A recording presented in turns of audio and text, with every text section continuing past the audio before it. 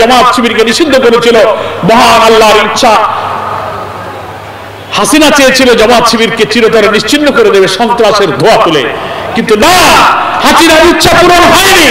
আল্লাহ কোরআনে বলেছেন, ওয়া মা তাশাউনা ইল্লা আইয়াশা আল্লাহু রাব্বুল আলামিন, তোমাদের কোনো ইচ্ছা পূরণ হয় না যতক্ষণ আল্লাহ তাআলা তা ইচ্ছা না করেন। আল্লাহ ইচ্ছা করেছেন জামাতকে সম্মানের উচ্চ আকাশে উন্নীত করবেন, আর তুমি নিষিদ্ধ হয়ে দেশ ছেড়ে চলে যাবে। 4 দিনের মধ্যে আল্লাহ তাই আমাদেরকে দেখালেন। আলহামদুলিল্লাহ। গুম হয়ে যায় আমাদের ভাইদেরকে আমরা ফেরত পেতে লাগলাম। আমি টেলিফোন করে কেন্দ্রীয় নেতাদের বললাম, আমরা 15 বছর জামাতের অফিস খুলতে পারি না, মগবাজারের কেন্দ্রীয় অফিসটা আপনারা খুলে দেন, এখনই আপনারা অফিসে যান। আমাকে বলা হলো, আমিরে জামাত বঙ্গভবনে গিয়েছেন, তিনি নির্দেশ দিয়েছেন বঙ্গভবন থেকে ফিরে রাত 9টায় এই অফিস খোলা হবে, এই অফিসে এই নির্বাহী পরিষদের বৈঠক হবে। আলহামদুলিল্লাহ, আমাদের ভিতরের চিন্তার সাথে আমিরে জামাতের চিন্তার মিল হয়ে গেল। আমরা অফিস খুলতে পারলাম, গুম হওয়া ভাইদের ফেরত পেতে লাগলাম। আমাদের এই জুলাই আগস্টের অভ্যুত্থানে যাদেরকে আটক করা হয়েছিল সেই মিথ্যা মামলায় জামিন দিয়ে তারপরের দিন আমাদেরকে মুক্তি দেওয়া হলো। বাধাহীন ভাবে মানুষের কাছে ইসলামী আদর্শের সুমহান দাওয়াত পৌঁছানোর জন্য একটি চমৎকার পরিবেশ আমরা উপহার পেলাম। আলহামদুলিল্লাহ। এই নিয়ামতের শুকরিয়া আদায় করবেন না? এই রফিক সাদ সহ হাজারো ছাত্র জনতার রক্তের উপরে দাঁড়িয়ে আমরা আজকে মুক্তির সেই উচ্ছ্বাস, সেই আনন্দ, সেই স্বাদ উপভোগ করছি। এই স্বাধীনতা, এই রক্তদান, এই নতুন বাংলাদেশের বিজয়ের অংশীদার হচ্ছে এই শহীদেরা। ফলে এরা রক্ত দিয়ে এদের মাকে, পিতাকে, সন্তানকে, স্ত্রীকে চোখের পানিতে ভাসিয়ে এরা চলে গেছে। বিজয় তারা দেখে যেতে পারেনি, আমাদেরকে একটা বিরাট ঋণে আবদ্ধ করে রেখে গেছে। এদের রক্তের ঋণ আমাদেরকে শোধ করতে হবে। সে রক্তের ঋণ হচ্ছে তারা যে নতুন বাংলাদেশ, বৈষম্যহীন বাংলাদেশের জন্য সংগ্রাম করেছিল, সেই নতুন স্বাধীনতার যে নিউ ডাইমেনশন, নতুন অভিযাত্রায় যে আমরা যাত্রা শুরু করেছি, আমাদের সেই সুখী, সমৃদ্ধশালী, নিরাপদ, বৈষম্যমুক্ত একটি চমৎকার শান্তিপূর্ণ বাংলাদেশ আমাদেরকে গড়তে হবে। এটাই হচ্ছে শহীদের রক্তের ঋণ। কি বলেন, ঠিক কিনা? এই রক্তের ঋণ শোধ করার জন্য মানিকগঞ্জের সংগ্রামী বীর জনতা কি প্রস্তুত আছেন? তাহলে আমি কয়েকটা কথা বলবো, আপনারা মনোযোগ দিয়ে শুনবেন।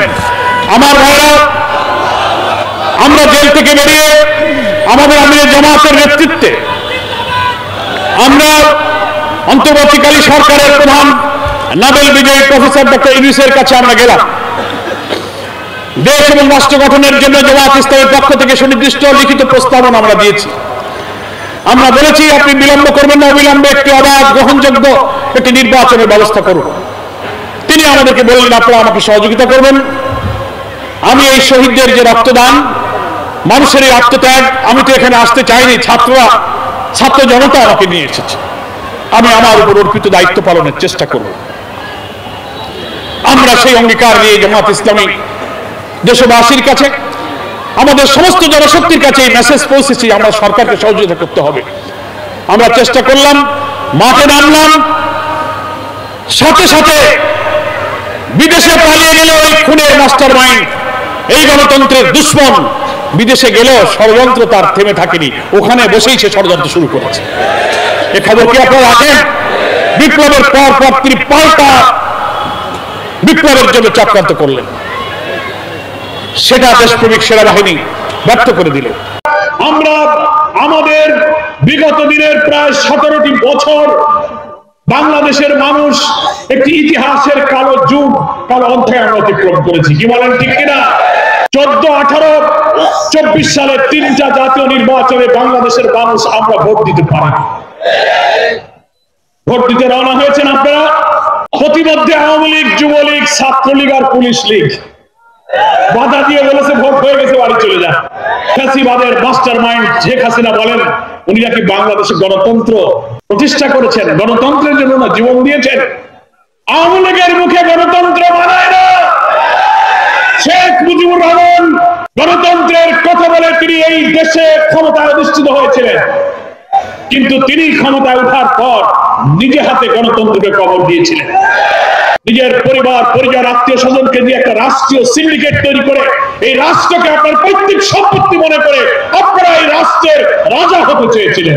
5 আগস্টেও শেখ হাসিনা পুলিশের নির্দেশ দিয়ে ছাত্র জনতার গুলি করে সাভার আশুলিয়া বিভিন্ন জায়গায় মৃত দেহ আগুন দিয়ে জ্বালিয়ে পুলিয়ে লাশকে ছাই করে দিয়েছে। হেলিকপ্টার চালিয়ে দুনিয়ার কোন ফ্যাসিস্ট কোন নাৎসি হিটলারের ইতিহাস আমরা পড়েছি, অনেক পতিত ফ্যাসিস্টের জীবনী পড়েছি, কিন্তু দেশের মানুষকে হেলিকপ্টার চালিয়ে উপর থেকে গুলি করে শিশুদের হত্যা করে, নারীদের হত্যা করে, এই বর্বরতা আমরা পৃথিবীতে দেখিনি।